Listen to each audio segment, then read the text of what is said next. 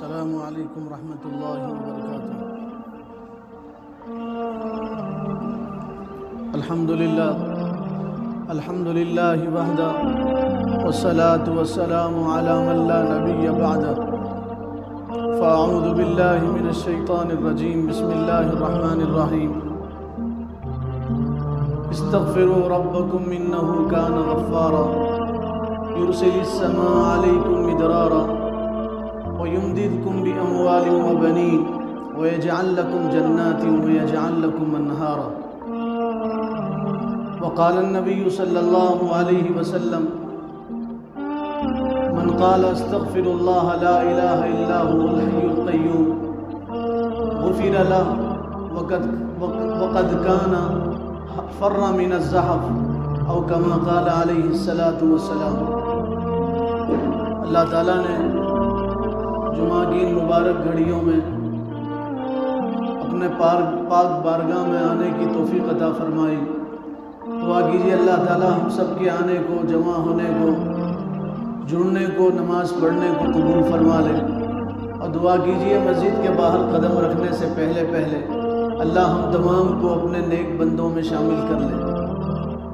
اس وقت امت بہت سارے مسائل سے دوچار ہے اور حالات میں گرفتار ہے۔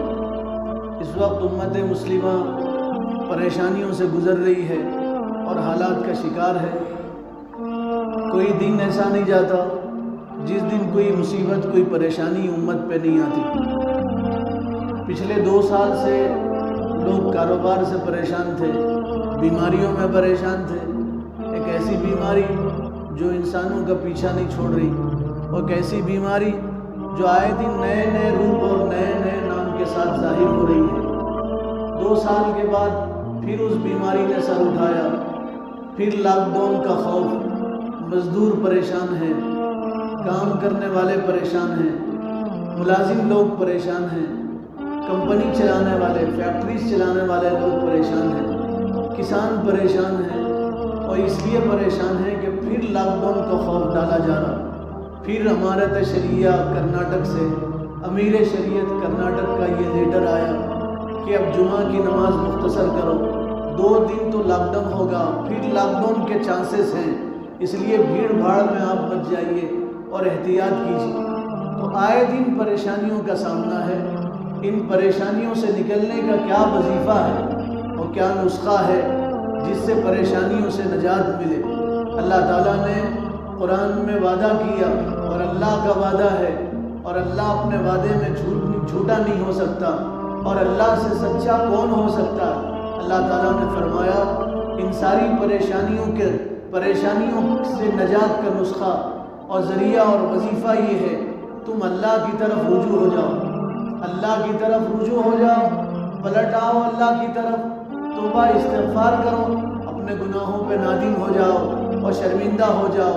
استغفار کی کثرت سے آدمی کے گناہ معاف ہو جاتے ہیں، استغفار کی کثرت سے اللہ تعالیٰ تنگیوں کو ختم کرتے ہیں، استغفار کی کثرت سے بیماری، پریشانی، مصیبتوں سے اللہ تعالیٰ نجات عطا فرماتے ہیں۔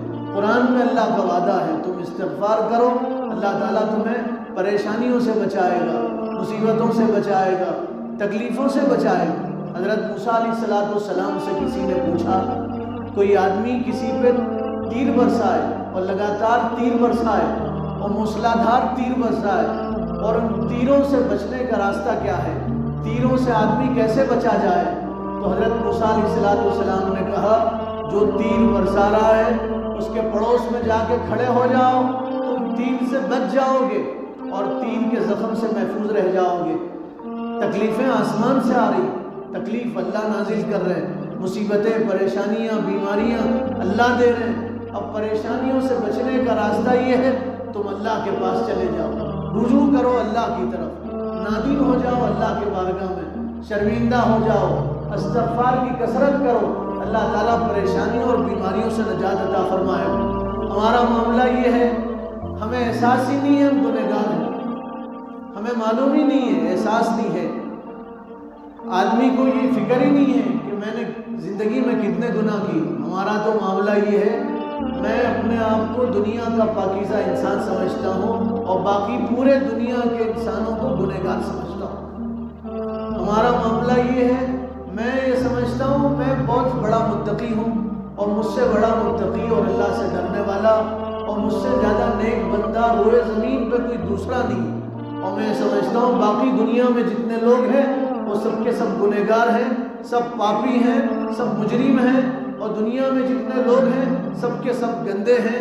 میں ایک آدمی ہوں جو پاک ہوں۔ یہ ہمارا المیہ ہے، اور یہ بہت بڑی بیماری ہے۔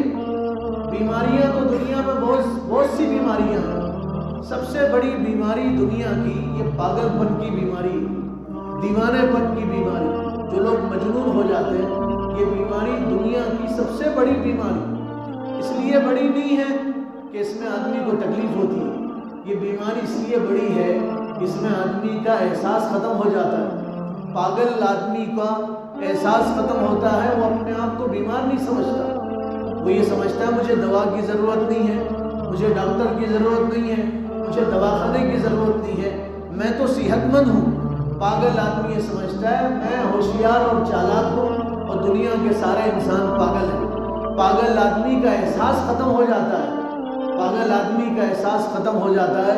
اسی طرح ایک روحانی پاگل پن ہے، روحانی پاگل پن، اور روحانی پاگل پن یہ ہے آدمی اپنے آپ کو نیک سمجھے اور اچھا سمجھے، یہ روحانی پاگل پن، یہ دینی پاگل پن ہے جس میں آدمی اللہ کے فضل سے محروم ہو جاتا ہے، اور پھر آدمی کو اللہ کا قرب نہیں ملتا، اور وہ اللہ کا قرب اور نزدیکی حاصل نہیں کر سکتا۔ اس کے لیے استغفار ہے، قرآن میں ہے تم استغفار کرو، اللہ دنیاوی پریشانیوں سے بھی نجات دے گا اور اخروی پریشانیوں سے بھی اللہ تعالیٰ تمہیں نجات عطا فرمائے۔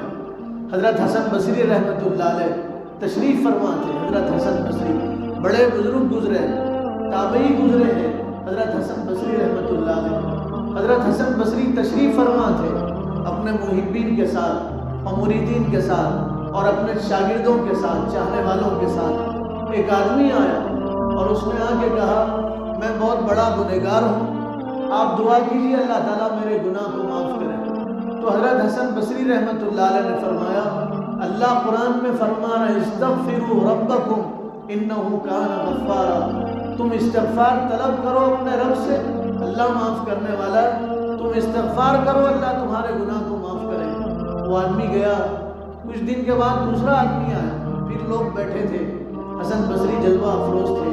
اس آدمی نے آ کے کہا کھیتوں میں بارش نہیں ہو رہی، قحط سالی ہو گئی ہے، خشک سالی ہو گئی ہے، کھیت پورے کے پورے جلے پڑے ہیں، ایک بوند بھی آسمان سے بارش کا نازل نہیں ہوا، بارش کے لیے کیا کریں؟ تو حضرت حسن بصری نے فرمایا جاؤ جا کے استغفار کرو، استغفار کی برکت سے اللہ تعالیٰ بارش نازل کرے گا۔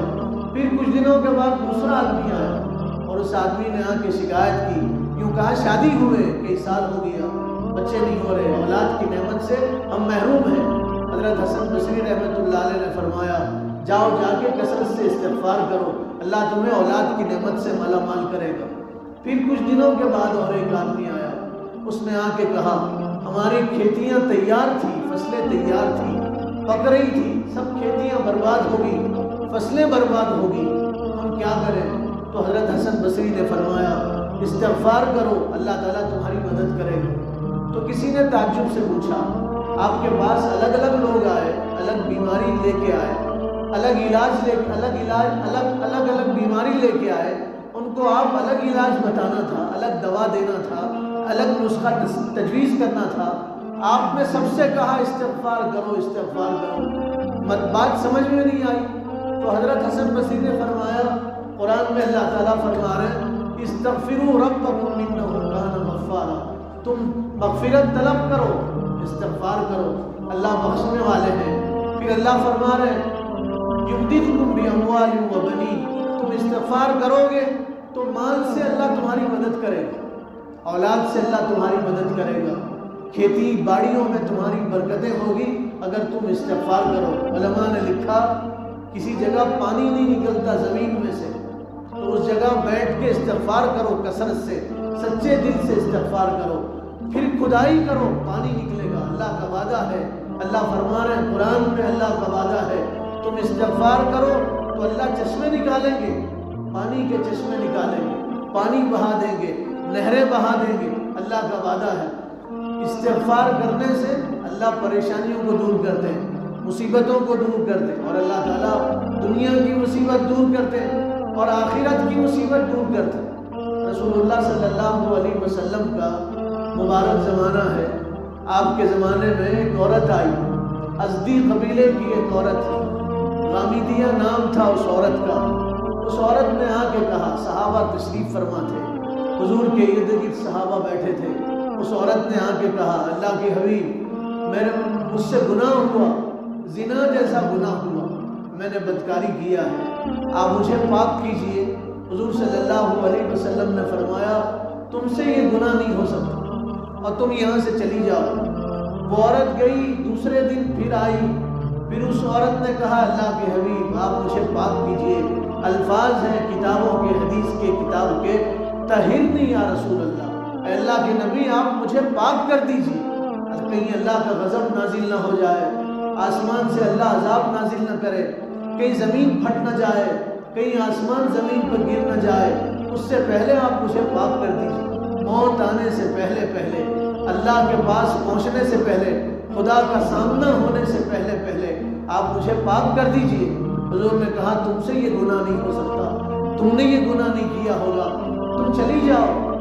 تیسرے دن پھر وہ عورت آئی، اس عورت نے کہا، طہرنی یا رسول اللہ، اے اللہ کے نبی اب تو مجھے پاک کر دیجئے، میں اپنے جرم کا اعتراف کر رہی ہوں اور میں اقرار کر رہی ہوں اور میں آج تیسرے دن آئی ہوں۔ اے اللہ کے نبی یہ زمین وسعت کے باوجود تنگ ہو گئی ہے، زمین تنگ ہو گئی ہے، کھانے میں مزہ نہیں آ رہا، نیند نہیں آ رہی ہے، آپ مجھے پاک کر دیجئے، میں آخرت کا عذاب برداشت نہیں کر سکتی، آپ مجھے دنیا کا عذاب دے کے رفع دفع کر دیجئے، میں جہنم کا عذاب برداشت نہیں کر سکتی۔ حضور نے ارشاد فرمایا، تم نے یہ گناہ نہیں کیا ہوگا، تم یہاں سے چلی جاؤ۔ تیسرے دن حضور نے پھر غامدیہ نامی عورت کو اور صحابیہ کو بھگا دیا اور کہا، تم یہاں سے چلی جاؤ۔ پھر وہ عورت چوتھے دن آئی، پھر اس نے رو کے کہا، اللہ کی حبیب میں اللہ کے عذاب کا تحمل نہیں کر سکتی اور برداشت نہیں کر سکتی، آپ مجھے موت سے پہلے پہلے پاک کر دیجئے اور سزا دیجئے، دنیا میں سزا دیجئے۔ سنسار عورت ہوں اور میں نے زنا کیا ہے اور سنسار کی سزا مجھے دیجئے، زنا کیا ہے، شادی شدہ عورت ہوں اور مجھے سنسار کر دیجئے۔ حضور نے فرمایا، ثبوت کیا ہے، پروف کیا ہے؟ ثبوت، عدالت تو ثبوت مانگتی ہے، ایویڈنس مانگتی ہے، تمہارا ثبوت کیا ہے؟ تم نے گناہ کیا، تمہارے پاس ثبوت کیا ہے؟ گواہ لاؤ، ثبوت لاؤ۔ تو اس عورت نے پیٹ کی طرف اشارہ کر کے کہا، اے اللہ کے حبیب یہ پیٹ میں بچہ پرورش پا رہا ہے، یہ کسی میرے اپنے حلال شوہر کا بچہ نہیں ہے، میں نے حرام کام کیا ہے، حرام کا بچہ میرے پیٹ میں پرورش پا رہا ہے، آپ مجھے پاک کر دیجیے۔ حضور نے فرمایا، تمہارا قصور ہے، پاپ تم نے کیا، گناہ تم سے سرزد ہوا، تمہارے بچے سے نہیں ہوا۔ جاؤ، جب بچے کی ولادت ہو جائے اور بچہ جب دنیا میں آ جائے اور صحیح سالم بچہ پیدا ہو جائے تب آنا، سزا تمہیں دی جائے گی، تمہارے بچے کو سزا نہیں ہوگی، گناہ تم نے کیا ہے، بچے نے نہیں کیا۔ وہ عورت گئی، انتظار کرنے لگی، پھر جب ولادت ہوئی اور بچہ دنیا میں آیا، وہ عورت بچے کو اٹھا کے لائی اور آ کے کہنے لگی، اللہ کی حبیب اب تو مجھے پاک کیجیے، اب تو یہ بچے کی ولادت ہوگی، اب تو بچہ دنیا میں آ گیا ہے، اب مجھے سنسار کر دیجئے، سزا دے دیجئے۔ حضور نے فرمایا، بچہ ماں کے دودھ کا محتاج ہوتا ہے اور بچہ صرف ماں کا دودھ پیتا ہے اور دوسری غذا استعمال نہیں کرتا۔ جاؤ، جب یہ بچہ دودھ چھوڑے اور جب یہ غذا کھانے لگے اور روٹی کھانے لگے، اس وقت آنا، اس وقت ہم تمہیں سزا دیں گے۔ وہ عورت گئی، کتابوں میں لکھا ہے، بچے سے کہتی، تو کب روٹی کھائے گا، کب دوسری غذا کھائے گا، کب مجھے رسول اللہ سزا دیں گے، کب میں پاک ہو جاؤں گی۔ جب وہ بچہ روٹی کھانے لگا تو وہ عورت روٹی پکڑا کے حضور کے پاس بچے کو لے کے آئی، روٹی کا ٹکڑا بچے کے ہاتھ میں تھا اور وہ عورت بچے کو لے کے حضور کے پاس آئی، کہنے لگی، اللہ کے حبیب اب تو پاک کیجیے۔ حضور نے دیکھا بچہ روٹی کھا رہا ہے، صحابہ سے فرمایا، اس کے لیے گڑھا کھودو۔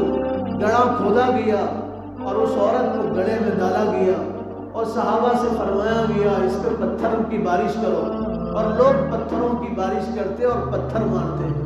اس واقعے میں ہم سب کے لیے جو بڑا درس ہے اور عبرت ہے اور نصیحت ہے وہ یہ ہے، وہ عورت 4 مرتبہ حضور کے پاس آئی، خود کہنے لگی میں نے گناہ کیا ہے۔ حضور نے کہا تم نے نہیں کیا۔ 4 دن حضور نے اس عورت کو واپس کیا اور یوں کہا تم سے یہ گناہ نہیں ہو سکتا۔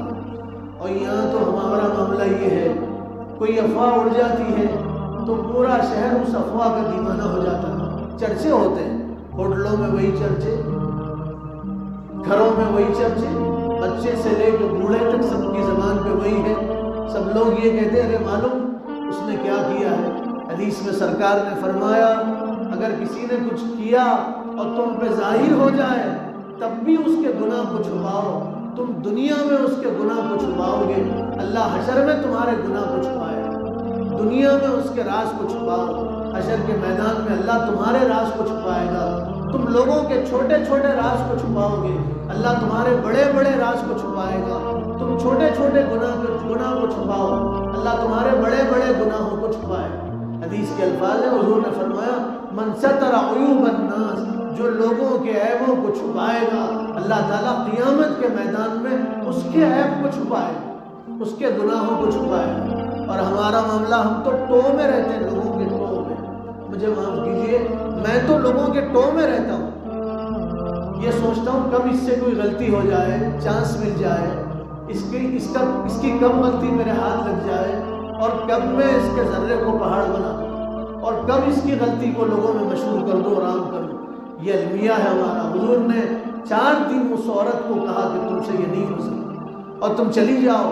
پھر اس عورت نے ثبوت پیش کیا، ثبوت پیش کرنے کے بعد حضور ٹالنا چاہتے تھے اور علماء نے لکھا، محدثین نے لکھا حضور ٹالنا چاہتے تھے۔ حضور کا منشا یہ تھا کہ یہ توبہ کر لے اور دنیا کے عذاب سے بھی بچ جائے اور آخرت کے عذاب سے بچ جائے، دنیا کی سزا اور آخرت کے عذاب سے بچ جائے۔ لیکن اس عورت نے کہا یہ بچہ میرا نہیں ہے۔ حضور نے کہا جب بچہ پیدا ہو جائے تب آنا، پھر کہا جب بچہ روٹی کھانے لگے تب آنا۔ حضور ٹالتے رہے اور انکار کرتے رہے، اور حضور نے تعلیم دیا قیامت تک کے مسلمانوں کو جتنا ہو سکے دباتے رہو، چھپاتے رہو، ٹالتے رہو۔ دوسروں پہ نظر پڑے یہ سوچو اس سے یہ گناہ نہیں ہو سکتا، اپنے بارے میں ڈرو، پتہ نہیں میرا کیا ہوگا، حشر کے میدان میں میرا کیا ہوگا، اللہ کے پاس میری پوچھ ہوگی تو میں اللہ کو کیا جواب دوں، اپنے بارے میں ڈرتے رہو۔ تو وہ عورت، اس نے کہا آپ مجھے پاک کیجئے۔ حضور نے گڑھا کھودا، صحابہ پتھر برسانے لگے۔ ایک صحابی نے اتنی زور سے پتھر مارا، خون نکلا غامدیہ کے بدن سے، خون اڑا، فوارہ اڑا اور وہ صحابی کے کپڑوں پہ آ کے گرا۔ تو صحابی نے بے ساختہ کہا گناہ بھی کرتی ہے اور تیرے خون سے ہمارے کپڑے بھی آلودہ ہوتے اور تیرا خون اڑ کے ہمارے کپڑوں پہ گرتا ہے۔ حضور نے سنا ان صحابی کی بات کو، قریب آ کے کہا تم نے کیا کہا؟ تو کہا اللہ کے حبیب اس نے گناہ بھی کیا اور اس کا خون اڑ کے ہمارے کپڑوں پہ بھی آتا ہے۔ حضور نے فرمایا سنو، اس غامدیہ نے ایسی توبہ کیا ہے، اگر اس کی توبہ حجاز کے لوگوں پہ تقسیم ہو، یہ نہیں کہا صرف مسلمانوں پہ تقسیم ہو، یہ نہیں کہا صرف عرب پہ تقسیم ہو، یہ نہیں کہا صرف مدینے والوں پہ تقسیم ہو، یہ نہیں کہا نمازیوں پہ تقسیم ہو، یہ نہیں کہا حاجیوں پہ تقسیم ہو، یہ کہا اس کی توبہ اگر پورے حجاز والوں پہ تقسیم ہو، اس میں دیہاتی آ گئے، اس میں شہری آ گئے، اس میں پڑھے لکھے آ گئے، اس میں ان پڑھ آ گئے، اس میں مسلمان آ گئے، اس میں کافر آ گئے۔ حضور نے فرمایا پورے حجاز والوں پہ اس کی توبہ تقسیم کر دی جائے تو اس کی توبہ کی برکت سے پورے حجاز والوں کی مغفرت ہو جائے، حجاز کے پورے لوگوں کی مغفرت ہو جائے۔ اس نے ایسی سچی پکی توبہ کی ہے۔ اس میں اور ایک سبق ہمارے لیے یہ ہے، ہم جس کو کہیں یہ گنہگار ہے، اس نے گناہ کیا، پتہ نہیں اس نے ایسی توبہ کی ہوگی، اس کی توبہ کی وجہ سے اس کا درجہ بڑھ گیا ہوگا اور ہم اس کی غیبت کی وجہ سے ہمارے درجے کم ہو گئے ہوں۔ آدمی کو سوچنا چاہیے اس کی توبہ سے اس کے درجے بلند ہو گئے ہوں گے، اس کی توبہ سے اس کی تو بخشش ہوگی، لیکن ہم اس کی غیبت کر رہے ہیں، کہیں ہمارے غیبت کرنے کی وجہ سے ہمارے نام اعمال میں گناہ تو نہیں بڑھ گئے، اور ہمارے نام اعمال میں گناہ میں اضافہ تو نہیں ہو گیا، اور کل قیامت کے دن یہ غیبت پکڑ کا تو سبب نہیں بنے گی۔ ڈرنا چاہیے۔ تو میں یہ عرض کر رہا تھا، توبہ سے، استغفار سے اللہ گناہ معاف کرتے، دنیا کی مصیبتیں ختم کرتے، اور آخرت کی مصیبتیں اللہ تعالیٰ ختم کرے توبہ استغفار کی برکت سے۔ ایک حدیث میں حضور نے ارشاد فرمایا، جو آدمی یہ چاہتا ہے حشر کے میدان میں اس کا نام اعمال اس کو خوش کرے، جو آدمی یہ چاہتا ہے حشر کے میدان میں اس کا نام اعمال اس کو خوش کرے، تو اسے چاہیے وہ استغفار کی کثرت کرے۔ ایک حدیث میں سرکار نے ارشاد فرمایا،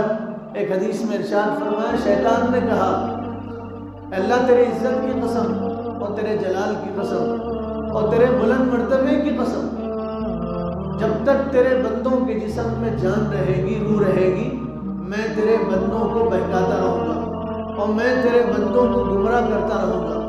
تو اللہ نے قسم کھایا اور اللہ نے فرمایا، سن، میرے عزت کی قسم اور میرے رب ہونے کی قسم، جب تک میرے بندے توبہ استغفار کرتے رہیں گے میں بندوں کو معاف کرتا رہوں گا۔ جب تک بندے توبہ استغفار کرتے رہیں گے میں بندوں کو معاف کرتا رہوں گا۔ حضرت علی فرماتے ہیں، زمین والوں کے لیے اللہ تعالیٰ نے 2 امان کی چیزیں دی تھی۔ زمین والوں کو اللہ تعالیٰ نے 2 امان کی چیزیں دی تھی۔ ایک حضور کی ذات تھی، قرآن میں ہے، جب تک حضور زمین پہ تھے، دنیا میں تھے، انسانوں میں تھے، جب تک حضور مدینہ میں بقید حیات تھے، اللہ قرآن میں فرما رہے لوگوں کو اللہ عذاب نہیں دیں گے جب تک آپ لوگوں میں رہیں گے۔ آپ جب تک لوگوں میں رہیں گے اللہ تعالیٰ انسانوں کو، لوگوں کو عذاب نہیں دیں گے، آپ کی امت کو عذاب نہیں دیں گے۔ اور آپ کے دنیا سے پردہ فرمانے کے بعد جب تک آپ کی امت استغفار کرتے رہے گی، امت پہ اللہ عذاب نازل نہیں کرے گا۔ امت کو حضرت علی فرماتے 2 امان کی چیزیں ملی، ایک امان کی چیز تو اٹھ گئی، حضور دنیا سے پردہ فرما گئے، دوسری امان کی چیز قیامت تک باقی ہے، وہ توبہ استغفار ہے۔ ایک حدیث میں حضور نے ارشاد فرمایا، بندے کے نام اعمال اللہ کے پاس پیش ہوتے ہیں، فرشتے پیش کرتے ہیں، ہر پیر جمعرات کو پیش ہوتے ہیں۔ بعض روایتوں میں جب بھی پیش ہوتے ہیں تو اللہ تعالیٰ دیکھتے ہیں جس بندے کے نام اعمال کے شروع میں استغفار ہے، اس کے آخر میں استغفار ہے، تو اللہ فرماتے دیکھو اس بندے کے نام اعمال کے شروع میں استغفار ہے اور اس کے آخر میں استغفار ہے، درمیان میں جو کچھ ہے تم گواہ رہو، میں نے اسے معاف کر دیا، درمیان میں جو گناہ ہے میں نے اس کے سارے گناہوں کو معاف کر دیا۔ حضرت شیخ عبد القادر جیلانی رحمۃ اللہ علیہ فرماتے تھے، اپنے مریدین منتسبین میں پیران پیر فرماتے تھے، شیخ عبد القادر جیلانی، کوئی بندہ استغفار کرے، کثرت سے استغفار کرے اور یہ کہے میں پریشان ہوں، تو اس سے بڑا جھوٹا زمین پر کوئی دوسرا آدمی نہیں۔ پیران پیر فرماتے کوئی آدمی استغفار کرے اور یہ کہے میں پریشان ہوں، تو اس سے بڑا جھوٹا زمین پہ کوئی دوسرا آدمی نہیں، اس سے بڑا جھوٹا کوئی آدمی نہیں، اس لیے کہ اللہ کا وعدہ ہے تم استغفار کرو ہم تمہاری پریشانیوں کو دور کریں گے، تنگیوں کو دور کریں گے۔ امام احمد ابن حنبل رحمۃ اللہ علیہ بہت بڑے امام گزرے، حضرت امام احمد ابن حنبل، ان کے واقعات میں لکھا، واقعہ تو لمبا ہے، مختصر یہ ہے کہ امام احمد ابن حنبل ایک مرتبہ سفر میں نکلے، تنہا تھے، اکیلے تھے، دوسرا ساتھی سفر میں ساتھ نہیں تھا، سامان سفر بھی زیادہ نہیں تھا، پیدل سفر تھا، آپ چلے، دن گزرا، رات ہوئی، سردی کا زمانہ تھا، ایک مسجد نظر آئی، آپ مسجد میں گئے اور مسجد میں سو گئے، اور مسجد کا نگراں، متولی اور مسجد کا مؤذن، اذان دینے والا آپ کے پاس آیا، اس نے آپ کو اٹھایا اور اٹھا کے کہا اٹھو، مسجد سونے کی جگہ نہیں ہے، آپ مسجد میں نہیں سو سکتے۔ وہ امام احمد ابن حنبل کو نہیں پہچانتا تھا، اس نے اٹھایا، امام صاحب اٹھے اور اس سے یہ نہیں کہا میں امام احمد ابن حنبل ہوں، وقت کا بڑا عالم ہوں، فقیہ ہوں، اپنی بزرگی اور بڑائیت کو نہیں پیش کیا، کھڑے ہوئے مسجد کے باہر گئے، چبوترے پہ سو گئے، سخت سردی لگ رہی تھی، امام احمد ابن حنبل کانپ رہے تھے۔ پھر وہ آدمی آیا، اس نے کہا اٹھو تم مسجد کے چبوترے میں بھی نہیں سو سکتے، یہاں سے کھڑے ہو جاؤ، چلے جاؤ، مسجد کا چبوترا سونے کی جگہ نہیں ہے۔ امام صاحب کھڑے ہوئے، کچھ دور گئے تو دیکھا آگ جل رہی تھی، ایک نان بائی تھا روٹی بنانے والا، آگ جلا کے روٹی بنا رہا تھا. امام احمد بن حنبل گئے, اس سے کہا میں کچھ دیر یہاں بیٹھ سکتا ہوں؟ تو اس نائن بھائی نے کہا بیٹھو, ایسا محسوس ہوتا ہے تم مسافر ہو, باہر سے آئے ہو, آؤ کچھ دیر بیٹھو, سخت سردی ہے اور سردی کے بچاؤ کا سامان تمہارے پاس نہیں ہے, یہیں بیٹھو, گرمی میں بیٹھو, آگ کے پاس بیٹھو. امام احمد بن حنبل آگ کے پاس بیٹھے, دیکھا وہ نان بھائی روٹیاں بناتا ہے, آگ جلاتا ہے اور استغفار کرتا ہے, توبہ کرتا ہے, استغفار کرتا ہے. امام احمد بن حنبل نے اس سے پوچھا میں دیکھ رہا ہوں تم کثرت سے استغفار پڑھ رہے ہو, کیا کبھی تمہارے استغفار کی برکت سے تمہیں کوئی چیز ملی اور تمہارے استغفار کرنے کی برکتیں تم پہ ظاہر ہوئی؟ تو اس نے کہا ہاں, استغفار کی کثرت کی وجہ سے میں جو بھی دعا مانگتا ہوں اللہ تعالیٰ میری دعا قبول کرتا ہے. میں نے اللہ سے جو مانگا اللہ نے مجھے وہ دیا ہے استغفار کی وجہ سے, استغفار کی کثرت کی وجہ سے. امام صاحب سے اس نے کہا ایک دعا میری آج تک قبول نہیں, بار بار مانگتا ہوں, روز مانگتا ہوں, ہر دن مانگتا ہوں اور میری وہ دعا آج تک قبول نہیں ہوئی. امام صاحب نے کہا وہ کون سی دعا ہے؟ تو اس نے کہا میں دعا کر رہا ہوں کہ اللہ زندگی میں ایک مرتبہ امام احمد بن حنبل سے میری ملاقات کرا دے. میں امام احمد بن حنبل سے زندگی میں ایک مرتبہ ملنا چاہتا ہوں اور میں روز دعا کر رہا ہوں تو یہ میری دعا قبول نہیں ہو رہی. امام صاحب کھڑے ہوئے, امام صاحب نے کہا ہاتھ آگے بڑھاؤ اور اس نان بھائی نے ہاتھ آگے بڑھایا. امام صاحب نے مصافحہ کیا, معانقہ کیا, اس کی پیشانی کا بوسہ دیا, اس سے کہا خوش ہو جاؤ تمہاری وہ دعا بھی قبول ہوئی, اس لیے کہ میں امام احمد بن حنبل ہوں اور میں تمہارے پاس آیا نہیں, بھیجا گیا, اللہ نے مجھے بھیجا ہے, تمہاری دعا اللہ نے قبول کیا, استغفار کی کثرت کی وجہ سے یہ تمہاری دعا بھی قبول ہوئی. تو استغفار کی وجہ سے بلائیں ختم ہوتی ہیں, بارشیں برستی ہیں وقت پہ, برکتیں ہوتی ہیں زندگیوں میں, پریشانیاں ختم ہوتی ہیں, بیماریاں ختم ہوتی ہیں, دنیا اور آخرت کی بیماریاں ختم ہوتی ہیں. اس لیے نیت کرو اور آج سے عہد کرو انشاءاللہ ہم اٹھتے بیٹھتے چلتے استغفار کریں.